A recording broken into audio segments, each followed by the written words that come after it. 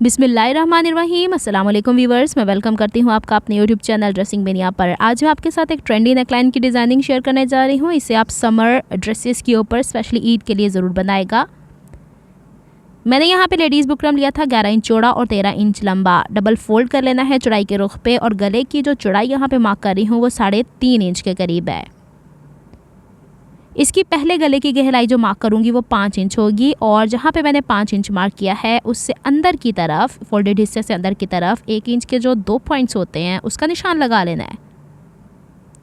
और फिर इस तरीके से वी हम लोगों को स्केल की मदद से ड्रॉ करना है। लेकिन ये नेकलाइन एग्जैक्ट वी नहीं होगा, मैंने इसलिए ड्रॉ किया ताकि आपको पता चल जाए कि ये हल्का सा शैलो होगा, यानी इसका सेंटर करने के बाद 1/4 इंच के बराबर हम लोगों ने ये गोलाई देनी है। आप थोड़ा सा और डीप कर सकते हैं, या आपकी चॉइस है। अब हम लोगों ने गले की जो एक्चुअल गहराई है जिस पे पत्ता भी बनेगा वो बनेगी 12 इंच गहराई पे। तो मैंने यहाँ पे 12 इंच गहराई पे मार्क कर देना है, और यहाँ से अब जो मेरे पास 5 इंच गहराई पे मार्क किया था वहाँ से लेके जो मैंने 12 इंच पर मार्क किया है इसका सेंटर कर लेना है।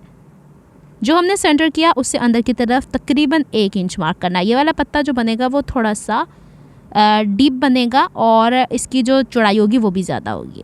तो अब हम इसको शेप दे लेते हैं। ध्यान ये रखना है कि जहाँ इसका सेंटर आया है ना, जो 1 इंच चौड़ा हमने रखा है, वहाँ पे नोक ना बने।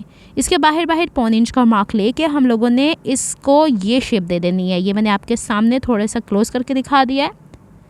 अब हमने इसकी एग्जैक्ट इन्हीं लाइंस के ऊपर कटिंग कर लेनी है, और इसके सेंटर को अभी हमने फेंकना नहीं, और जो हमारे पास शर्ट से बचा हुआ कपड़ा होता है उसके ऊपर इसे पेस्ट कर लेना है इस तरीके से। अच्छा जी, इसे मैंने पेस्ट करने के बाद इसके बाहर इन जगहों पे 1.5 इंच का मार्जिन लेके अंदर की तरफ फोल्ड कर दिया, छोटे छोटे कट लगा के, और इसे चौड़ाई के रुख पे ऐसे फोल्ड किया है बुकरम अंदर की तरफ जाएगा। अब शर्ट का फ्रंट पीस ले लिया है, और इसके कपड़े वाली साइड जो बुकरम के साथ हमने बनाई है नेकलाइन की, हमारी शर्ट के फ्रंट वाले पीस के फेयर साइड से अटैच होनी चाहिए। ये मैं ग्लू वहाँ पे लगा रही हूँ जहाँ पे वो वाले हिस्से कट जाने होते हैं। तो इससे क्या हो जाता है ना कि एक मैं जब सिलाई लगा रही होती हूँ मशीन के ऊपर तो कपड़ा बार बार मैनेज नहीं करना पड़ता। तो पहले मैंने इसे चौड़ाई के रुख पे इसलिए फोल्ड करके क्रीज़ बना लेनी होती है कि जो मेरी शर्ट की क्रीज़ होती है उसके साथ एग्जैक्ट ये मैच कर जाए, और फिर इसको पलट के लगाऊंगी तो ये आराम से इसके ऊपर पेस्ट हो जाएगा। फ़िलहाल इसके अंदर से ये सेंटर वाला पीस मैंने बुकरम का निकाल लिया, इसे फेंकना नहीं, आखिर में दोबारा इस्तेमाल में आएगा। इसको मैं आयरन कर रही हूँ क्योंकि मैंने ग्लू इस्तेमाल किया है। ग्लू के बारे में सवाल पूछा जाता है तो ये क्राफ्ट ग्लू ही इस्तेमाल करती हूँ। अब देखिएगा कि जो मैंने यहाँ पे पेस्टिंग कर ली थी नेकलाइन की फ्रंट वाले पीस से शर्ट वाले, उसके बुकरम के इन साइड मैंने हल्की हल्की थोड़ा सा एक कहते हैं 0.1 इंच, 1 इंच का जो एक हिस्सा होता है उसके बराबर थोड़ा सा छोड़ के हमें सिलाई करनी पड़ती है, तो ये गला पलटना आसान हो जाता है। अब जैसे ही मैंने ये सिलाई कंप्लीट किया है, इससे आयरनिंग करना इंतहाई ज़रूरी होता है। ये वो बच्चियाँ या वो बहनें जो बिल्कुल बिगिनर हैं उनके लिए भी टिप्स हैं कि छोटी छोटी चीज़ें, ज़रूरी नहीं हमने इतने फैंसी नेकलाइन बनाने हैं, सिंपल नेकलाइन बनाते हुए भी छोटी छोटी सी चीज़ों का ध्यान रखेंगे तो काम में नफासत आती है। अब हमने 1/2 इंच का मार्जिन छोड़ने के बाद एक्स्ट्रा मार्जिन कपड़े का कट कर लिया है, और जहाँ पे गुलाई वाले हिस्से हैं वहाँ सिलाई के करीब करीब कट लगा लेने हैं। और यहाँ पे मैं आपको सिलाई दिखा रही थी बुकरम से थोड़ी सी दूरी पे रखनी है। ये वाला हिस्सा ख़ास करके हम लोगों को एक कट लगाना है, फिर हम लोगों को नेकलाइन को बैक की तरफ पलट देना है। अच्छा, जहाँ पे इसकी तो नोक आ रही है वहाँ ये बारीक सी कैंची लेके इसकी मदद से मैंने नोक निकाली, निडल की मदद से भी निकाला जा सकता है, और इसको प्रॉपरली बैलेंस करके बैक वाले हिस्से से पहले आयरन किया करें, फिर इसको फ्रंट से प्रॉपरली मैनेज किया करें। ये एक तरीका होता है एक फ़ाइन नेकलाइन बनाने का जिसमें काम में नफासत भी आती है। चलें जी, इसको अब हम जल्दी से आयरन कर लेते हैं।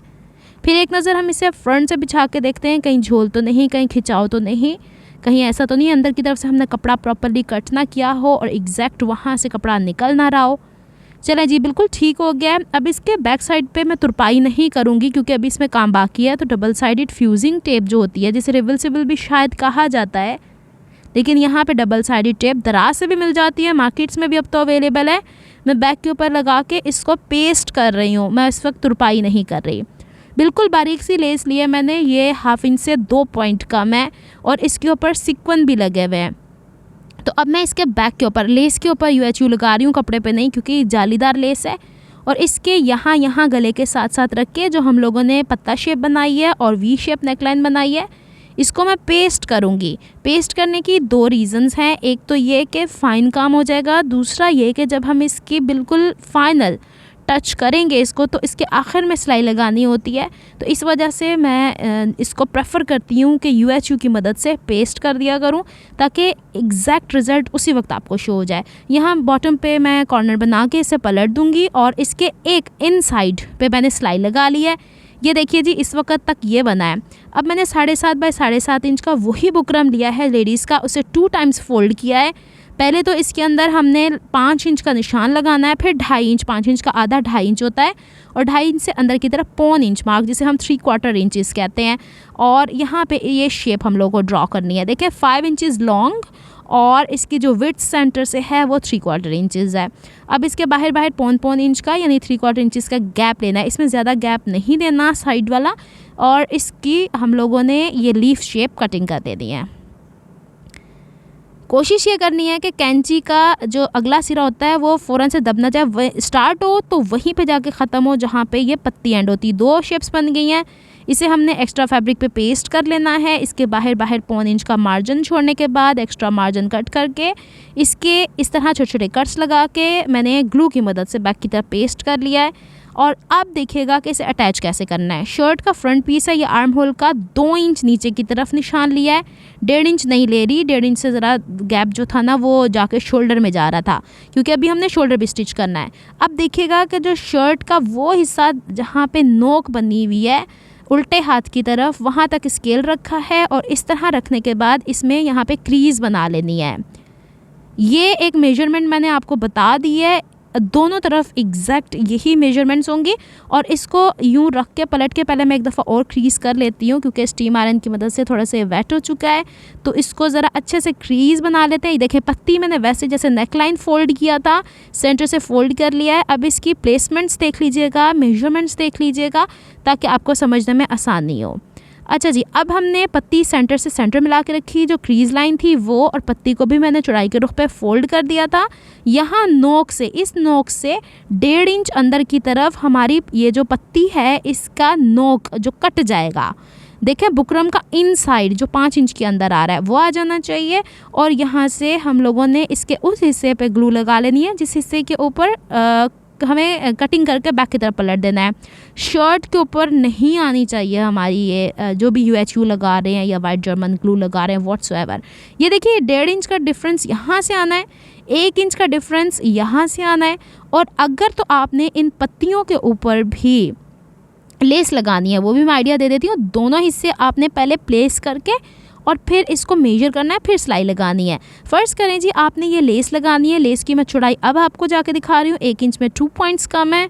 तो हम लोगों ने इसको, ये वाला जो हिस्सा है ना जहाँ पे सिलाई तो ऑब्वियसली अंदर वाली साइड पे यहाँ आएगी ना, तो इसको यूँ थोड़ा सा उल्टा के चेक कर लीजिएगा कि आपकी पहली वाली जो लेस स्टिच हुई है नेकलाइन उसके बराबर ना आए। अब हमने जो इसकी सिलाई स्टार्ट करनी है वो मिड से स्टार्ट करनी है। कभी भी नोक से सिलाई मत स्टार्ट कीजिएगा, वरना नोकें अच्छी नहीं बनती हैं इसकी। नीडल अंदर की तरफ रख के प्रॉपरली इसकी डायरेक्शन चेंज किया करें। देखें ग्लू लगाने का क्या एडवांटेज हो गया, आपको बार बार इसके ऊपर से हिलाना नहीं पड़ता। मतलब बार बार आपको इसकी सेंटर या क्रीज से क्रीज़ मैच नहीं करना पड़ती है, और गलती की गुंजाइश भी कम हो जाती है। जहाँ से हमने स्टार्ट किया था वहीं पे लाके हमने इसे एंड कर देना है। अब इसे यूँ पलट के, अच्छा वैसे मैंने पहले आयरन कर लिया था, और इसको यूँ जितना मार्जिन, इसमें सिलाई का मार्जिन 1/2 इंच से थोड़ा कम छोड़ना है, और इसको यूँ एक्स्ट्रा मार्जिन अंदर की तरफ से कट करके गुलाई वाले हिस्सों के ऊपर और ख़ासकर जो नोके हैं उनके ऊपर हम लोगों को छोटे छोटे कट्स लगा लेने हैं। ये जब तक कट्स नहीं लगाएंगे ये पलटेगा नहीं। ये अच्छा यहाँ पे ना नेक लाइन जो हमने बैक की तरफ पलटा है कपड़ा एक तरफ, वो भी आ गया है यहाँ, ये देख रहे हैं आप। तो यहाँ पे बड़ी दफ़ा इसीलिए मैंने तुरपाई नहीं की थी, वरना तुरपाई जो ना वो फिर उधर जाती। तो अब हम इसको यूँ पलट लेते हैं। पलट के इसे अच्छे से पहले तो बैलेंस करना है, फिंगर प्रेस करके देखिएगा कि इसमें कहीं ऐसा तो नहीं कि बाज़ होता है ना कोई हिस्से नहीं कटे हुए होते। तो मैं एक एक आइडिया यहाँ पे आपको दे रही हूँ, इसके बाद आप इसे अच्छे से आयरन कर लीजिएगा। अच्छा ये वाला नेकलाइन जो आपने अगर बनाना है ना, थोड़ा कॉटन बेस्ड ड्रेस पे बनाएगा, लॉन के ऊपर बनाएंगे ना तो इसमें स्टेबिलिटी नहीं होगी। लॉन मतलब बहुत सॉफ्ट लॉन। ये लेस है मेरे पास जो तकरीबन 1.5 इंच चौड़ी थी, एक गज़ का पीस मेरे पास काफ़ी अर्से से पड़ा हुआ था। इसको मैंने लगाना है इन वाले कट्स के नीचे। UHU की मदद से इसे मैं यहाँ पे कर देती हूँ फिक्स। और इसकी सिलाई भी मैंने ऊपर से नहीं लगानी, गुम सिलाई लगानी है। काम करे बंदा तो थोड़ी नफासत के साथ करे। यहाँ से मैंने थोड़ा सा ना पैटर्न चेंज कर दिया है। जो आपने ओरिजिनल देखा उसके ऊपर लेस लगी हुई होती है, लेकिन ज़रूरी नहीं है कि हम हर एक चीज़ को वैसे ही फॉलो करें जैसा कि वो मार्केट के अंदर एक डिज़ाइन आया हुआ होता है। तो अब हमने जो सिलाई लगानी है ना वो इस वाले हिस्से पे लेस के साथ लगानी, क्योंकि हमें तो लेस को सिक्योर करना है। तो मैंने यहाँ पे स्लो मोशन में रखा हुआ है। कुछ बहनें कहती हैं आप बहुत तेज़ी से काम दिखा के चली जाती हैं, तो मैं हमेशा तेज़ी से वो काम दिखा के जाती हूँ जो ऑलरेडी मेरी पहली वीडियोज़ में शेयर हुआ हुआ होता है। जो मैं नया काम सिखा रही होती हूँ वो मुझे भी अंदाज़ा है कि सीखने वाले हैं और मैं सिखाने के लिए वीडियोस बनाती हूँ, तो मेरी कोशिश होती है कि वहाँ तक मैं स्लो ही रखूँ। चलें जी, इसको यहाँ पे बातों में मैंने कंप्लीट कर दिया है। अभी इसकी हम कंप्लीट लुक ज़रा देखते हैं। अभी इसमें एक काम मज़ीद बाकी है। ये मैंने डबल फोल्ड कर लिया था लंबाई के रुख पे कपड़ा। ये लेस का ऊपर वाला हिस्सा पैटर्न ही ऐसा कट हुआ था। लेस को मैं स्टिच करके मोटा नहीं करना चाह रही थी। इसके बैक साइड पे फ़िलहाल UHU हल्की फुल्की लगा रही हूँ। ये वाला हिस्सा हमें कवर करना है। नेक लाइन का ये हिस्सा मैंने आपसे कहा था फेंकना नहीं है। इसको आप बैलेंस कर लें। जितना यहाँ से खुला था ना इसका नेक, जो ये वाला हिस्सा है जहाँ से पट्टी स्टार्ट हो रही है, उतना खोल लें और इस पट्टी को नीचे यूँ रखेंगे और UHU की मदद से इसे फिक्स कर देंगे।